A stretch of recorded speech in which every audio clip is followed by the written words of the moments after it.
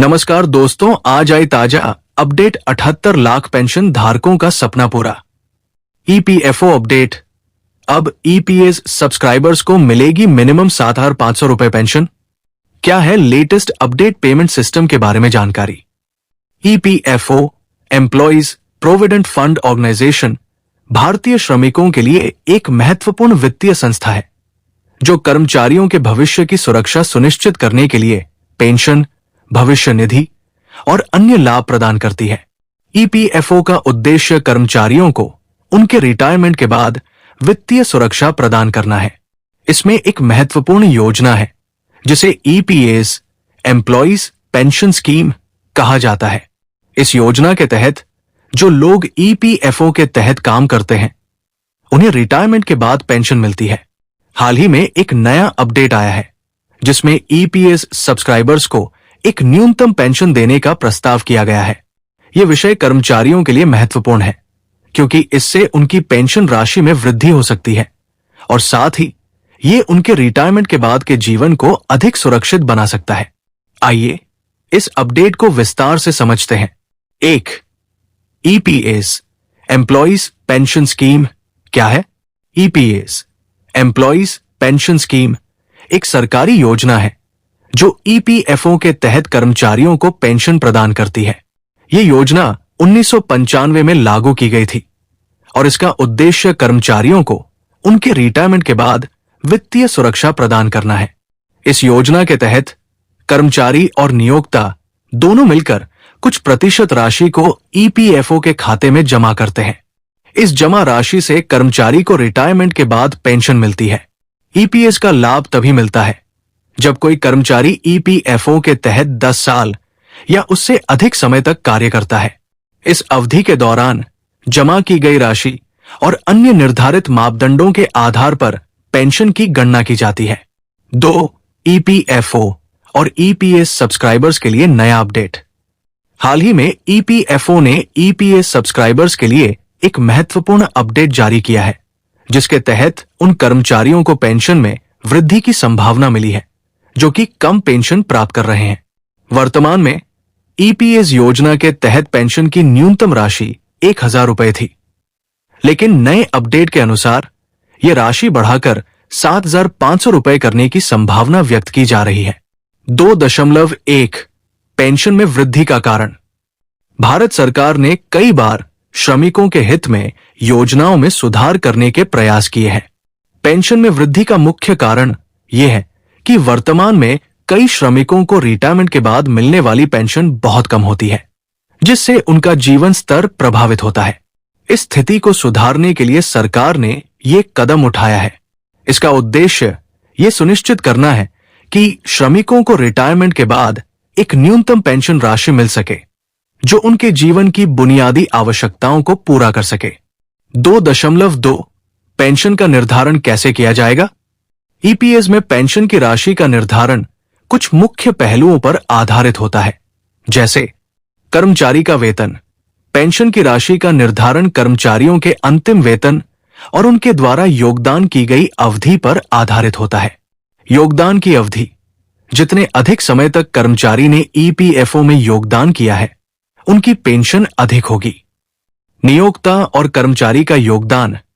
नियोक्ता और कर्मचारी द्वारा दी गई संयुक्त योगदान राशि भी पेंशन पर प्रभाव डालती है। इस प्रणाली में पेंशन की गणना के लिए एक सूत्र है जिसे पेंशनेबल सैलरी और कंट्रीब्यूशन पीरियड के आधार पर निकाला जाता है। 2.37 रुपए की न्यूनतम पेंशन। सरकार द्वारा प्रस्तावित न्यूनतम 7,500 रुपए पेंशन योजना का मुख्य उद्देश्य यह है कि पेंशनधारियों को रिटायरमेंट के बाद एक आरामदायक जीवन जीने के लिए पर्याप्त राशि मिल सके।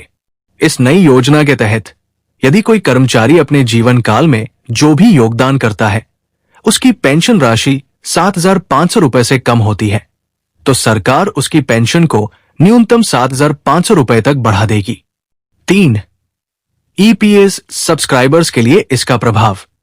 ईपीएस सब्सक्राइबर्स के लिए यह नया अपडेट एक बड़ा कदम साबित हो सकता है क्योंकि इससे उन कर्मचारियों को लाभ मिलेगा जो कम पेंशन प्राप्त कर रहे थे। यह बदलाव विशेष रूप से उन कर्मचारियों के लिए फायदेमंद है जिनका वेतन कम था या जिन्होंने कम समय तक योगदान किया था और इसलिए उन्हें कम पेंशन मिल रही थी। इस बदलाव से एक बड़ा फायदा यह होगा कि रिटायरमेंट के बाद श्रमिकों को कम से कम 7,500 रुपए की पेंशन मिलेगी, जो उनके बुनियादी खर्चों को पूरा करने में मदद कर सकती है।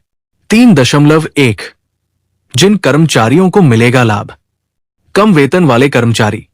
जिन कर्मचारियों का वेतन कम था, उन्हें रिटायरमेंट के बाद 7,500 रुपए तक की पेंशन मिलेगी। कम योगदान अवधि वाले कर्मचारी। जो कर्मचारी 10 साल से कम समय तक ईपीएफओ में योगदान करते हैं, उन्हें भी इसका लाभ मिल सकता है। वृद्धावस्था पेंशन प्राप्त करने वाले कर्मचारी। ऐसे कर्मचारी जिन्होंने रिटायरमेंट के बाद कम पेंशन प्राप्त की थी, अब उन्हें 7,500 रुपए की न्यूनतम पेंशन प्राप्त हो सकती है। 4. पेमेंट सिस्टम में बदलाव। इस नए अपडेट के बाद ईपीएफओ में पेंशन भुगतान प्रणाली में कुछ बदलाव हो सकते हैं। उदाहरण के लिए 4.1 डिजिटल पेमेंट सिस्टम।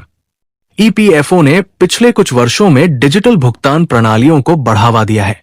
अब पेंशनधारियों को उनकी पेंशन राशि उनके बैंक खातों में सीधे भेजी जा सकती है। इससे कर्मचारियों को पेंशन प्राप्त करने में आसानी होगी और वे समय पर अपनी पेंशन प्राप्त कर सकेंगे। 4.2 पेंशन भुगतान की गति में सुधार। सरकार द्वारा इस नए अपडेट के बाद पेंशन भुगतान प्रक्रिया को तेज और सरल बनाने की योजना हो सकती है। इसके तहत पेंशनधारियों को उनके पेंशन का भुगतान समय पर और बिना किसी देरी के मिल सकेगा। 4.3 ऑनलाइन पेंशन दावे। ईपीएफओ ने अपने ऑनलाइन पोर्टल के माध्यम से पेंशन दावों की प्रक्रिया को भी सरल किया है। अब कर्मचारियों को पेंशन प्राप्त करने के लिए विभिन्न दस्तावेजों को प्रस्तुत करने की आवश्यकता नहीं होगी, बल्कि वे सीधे ऑनलाइन आवेदन करके अपनी पेंशन प्राप्त कर सकते हैं। 5. ये अपडेट कब से लागू होगा? यह प्रस्तावित अपडेट अभी तक एक प्रारंभिक चरण में है और इसे लागू करने से पहले इसके बारे में विस्तृत दिशानिर्देश जारी किए जाएंगे।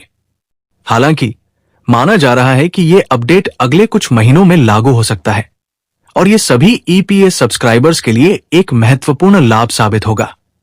ईपीएफओ का यह नया अपडेट ईपीएस सब्सक्राइबर्स के लिए एक बड़ा बदलाव हो सकता है। इसके तहत पेंशन राशि में वृद्धि से कर्मचारियों को रिटायरमेंट के बाद अधिक वित्तीय सुरक्षा मिलेगी। 7,500 रुपए की न्यूनतम पेंशन राशि का प्रस्ताव विशेष रूप से उन श्रमिकों के लिए फायदेमंद होगा जो वर्तमान में कम पेंशन प्राप्त कर रहे हैं। इसके अलावा डिजिटल पेमेंट सिस्टम और ऑनलाइन पेंशन दावे की प्रक्रिया से कर्मचारियों को पेंशन प्राप्त करने में सुविधा होगी। ये अपडेट भारतीय श्रमिकों के लिए एक सकारात्मक कदम है और उनके भविष्य को सुरक्षित बनाने की दिशा में एक महत्वपूर्ण